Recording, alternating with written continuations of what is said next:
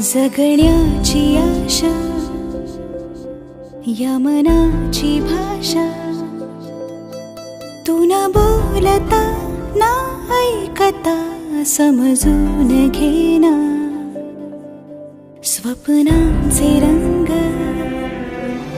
मी तुझ्यात दंग,